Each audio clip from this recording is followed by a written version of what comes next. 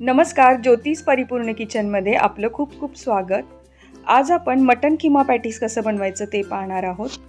मस्त असा पावसाळा चालू झालेला आहे आणि या पडत्या पावसामध्ये गरमागरम चटपटीत असं नॉनव्हेज काहीतरी करून खावंसं वाटत आहे ना। तर ही रेसिपी तुमच्यासाठी आहे। छान असे चटपटीत, टेस्टी आणि यम्मी असे मटन किमा पॅटीस आज आपण आपल्या किचनमध्ये बनवणार आहोत। चला तर कृतीला सुरुवात करूया। यासाठी आपल्याला या ठिकाणी अर्धा किलो एवढा किमा आणायचा आहे। किमा पहिल्यांदा स्वच्छ धुवून घ्यायचा, एकदा पाणी घालून आपण याला स्वच्छ करून घ्यायचा आहे आणि यानंतरच आपण याला फोडणी घालणार आहोत। तर एकदा पाणी घालून फक्त धुवायचं आहे।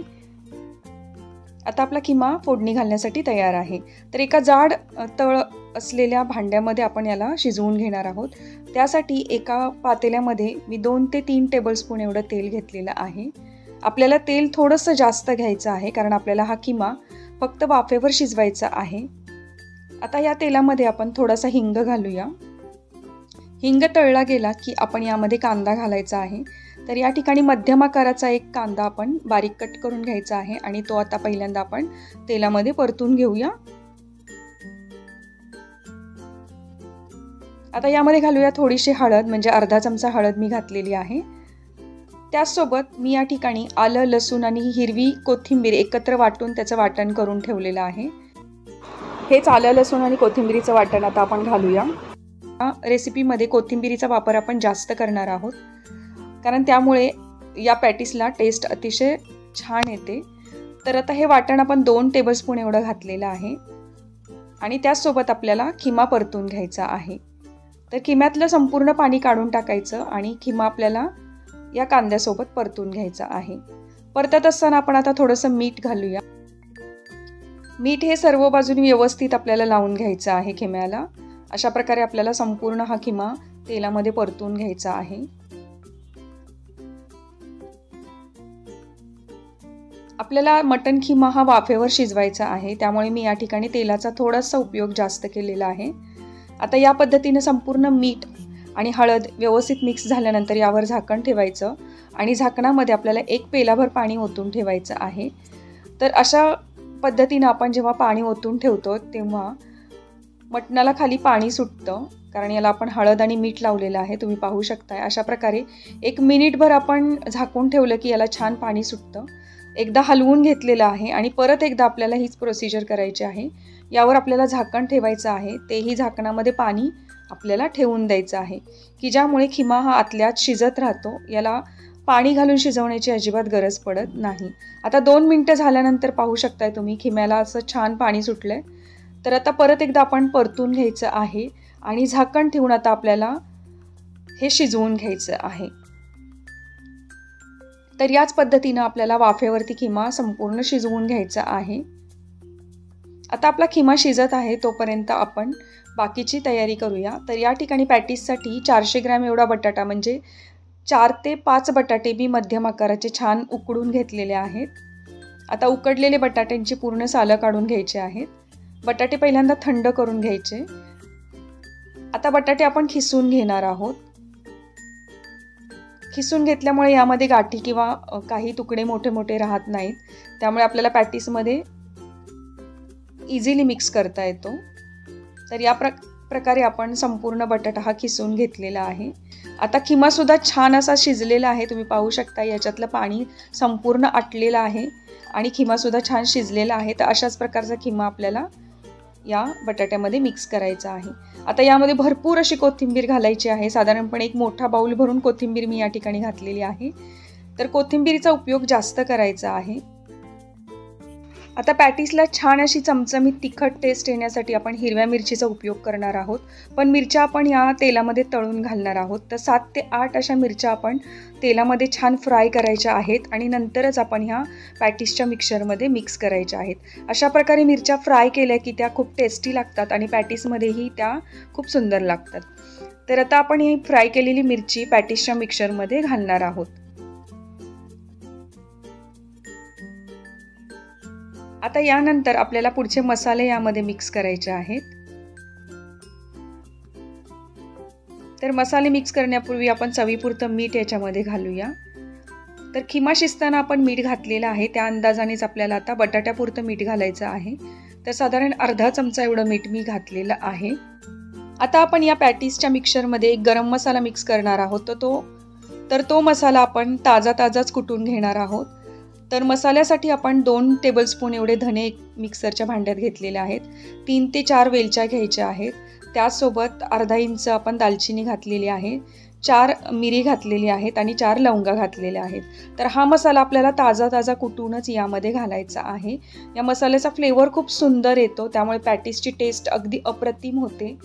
त्यामुळे अशा प्रकारचा मसाला तुम्ही ताजा बनवूनच या पॅटीससाठी वापरायचा आहे. तुम्हाला जर हा मसाला बनवणं अवघड जात असेल तर तुम्ही जो तयार मार्केटमध्ये मिळतो तो गरम मसाला जरी वापरलात या पॅटीससाठी तरीसुद्धा चालेल. तर आता संपूर्ण मिक्सर आपण एकजीव करून घेऊया. म्हणजे बटाटा आणि खिमा आणि त्याचसोबत बाकी सर्व मसाले आपण एकत्र करून घ्यायचे आहेत. आणि आता आपण याच्या छोट्या टिक्क्या करणार आहोत. म्हणजेच आपण छोट्या आकाराचे पॅटीस तयार करणार आहोत. पॅटीसचा आकार तुमच्या आवडीप्रमाणे छोटा किंवा मोठा तुम्ही ठेवू शकता. या ठिकाणी मी मध्यम आकाराचे असे पॅटीस तयार करून घेतलेले आहेत. तर पहिल्यांदा आपण पॅटीसला आकार देऊन घेऊया. एकसारख्या आकाराचे 5 ते 6 पॅटीस मी बनवून घेत आहे. तर पहा आपले पॅटीस आकार देऊन झालेले आहेत. आता या पॅटीसला कोटिंग करायचं आहे. तर कोटिंगसाठी आपण एका मिक्सरच्या भांड्यामध्ये 7 ते 8 जिरा बटर घेतलेले आहेत. तर हे जिरा बटर आपल्याला मिक्सरमध्ये एकदम बारीक वाटून घ्यायचे आहेत, पावडर करून घ्यायचे आहेत. जिरा बटरऐवजी टोस्ट वापरले तरी सुद्धा चालतील, काहीच हरकत नाही. तर पहिल्यांदा आपण आता हे बटर बारीक करून घेऊया आणि याची एकदम पावडर करून घ्यायची आहे. कारण आपण पॅटीसच्या कोटिंगसाठी हे वापरणार आहोत, त्यासाठी व्यवस्थित अशी ही पावडर तयार करून घ्यायची आहे. आता कोटिंगसाठी आपण अंड्याचं मिश्रणसुद्धा तयार करून घेणार आहोत. त्यासाठी एका बाउलमध्ये 2 अंडी फोडून घ्यायची आहेत आणि यामध्ये आपल्याला फेटून घेतल्यानंतर चवीप्रमाणे मीठ आणि काळी मिरी घालायची आहे.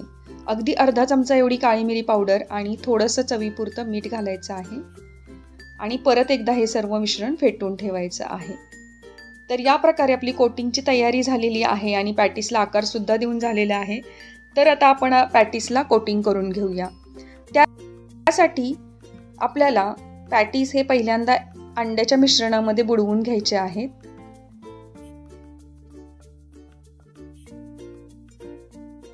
आणि अंड्याच्या मिश्रणामध्ये बुडवून झाल्यानंतर आपण याला बटरच्या पावडरमध्ये व्यवस्थित असं कोट करून घेणार आहोत. या पद्धतीने पूर्ण पॅटीस हे आपल्याला कोटिंग करून घ्यायचं आहे.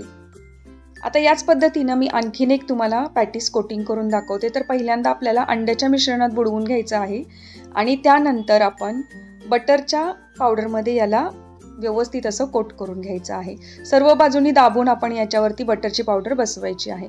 तर या पद्धतीने आपले सर्व पॅटीस हे कोट करून झालेले आहेत.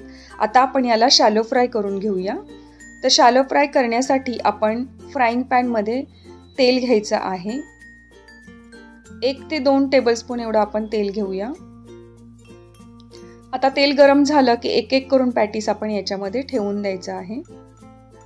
या पद्धतीनं कोटिंग केलेले पॅटीस हे आपण डीप फ्रीजरला स्टोअर करून ठेवू शकतो. एअरटाईट कंटेनरमध्ये साधारणपणे 2 ते 3 दिवस आपण याला स्टोअर करून ठेवू शकतो आणि जेव्हा लागेल तेव्हा आपण याला शॅलो फ्राय करून एन्जॉय करू शकतो. या पद्धतीने एका वेळेला 5 ते 6 मोठ्या आकाराचे पॅटीस शेकून घ्यायचे आहेत. जर आकार छोटा केला तर साधारणपणे 8 पॅटीस सुद्धा एका वेळेला आपण शॅलो फ्राय करून घेऊ शकतो. तर आता एका बाजूने 1 मिनिटभर आपण याला व्यवस्थित असं शॅलो फ्राय करून घ्यायचं, म्हणजे याचं कोटिंग व्यवस्थित असं एका बाजूने बसलं जातं. आणि त्यानंतर आपण याला उलटवून घेणार आहोत. तर एक करून पॅटीस आपण अगदी अलगदपणे उलटवून घ्यायचं आहे.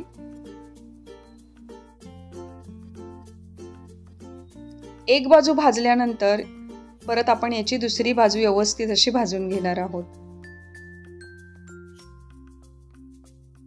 तर या पद्धतीनं आपले सर्व पॅटीस आता उलटवून झालेले आहेत आणि दुसऱ्या बाजूने सुद्धा याला व्यवस्थित आपण आता याला भाजून घ्यायचं आहे.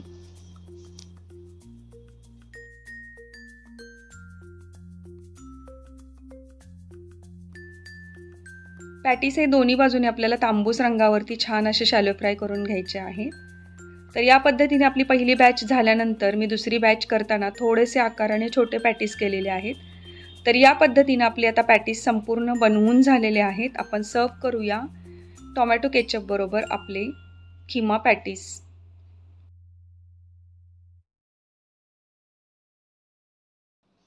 पाहिलंत ना, पॅटीस आपले किती सुंदर झालेले आहे. त्याला कोटिंग इतकं छान झालेलं आहे. बाहेरून क्रिस्पी आणि आतून एकदम मऊसूद अशी आपली मटन खिमा पॅटीस तयार आहेत. एकदा हे पॅटीस तुम्ही खाल्लेत तर तुम्ही मार्केटमधले पॅटीस आणणं विसरून जाल. इतके हे पॅटीस टेस्टी आणि यम्मी होतात की मुलं तर हे वारंवार करून मागत असतात. आपण आता एक पॅटीस तोडून पाहूया. तर आतून किती मऊ लुसलुशीत आणि बाहेरून त्याचं कव्हर एकदम कुरकुरीत असं झालेलं आहे. तर या प्रकारे आपण एन्जॉय करूया टोमॅटो केचप बरोबर किमा पॅटीस. रेसिपी कशी वाटली हे कमेंट करून जरूर सांगा. आवडल्यास लाईक, शेअर आणि सबस्क्राईब करायला विसरू नका. सोबतच बेल आयकन प्रेस करा म्हणजे येणाऱ्या नवीन व्हिडिओचं तुम्हाला नोटिफिकेशन मिळेल. तर भेटूया चमचमीत रेसिपी घेऊन पुढच्या व्हिडिओमध्ये. तोपर्यंत बाय बाय.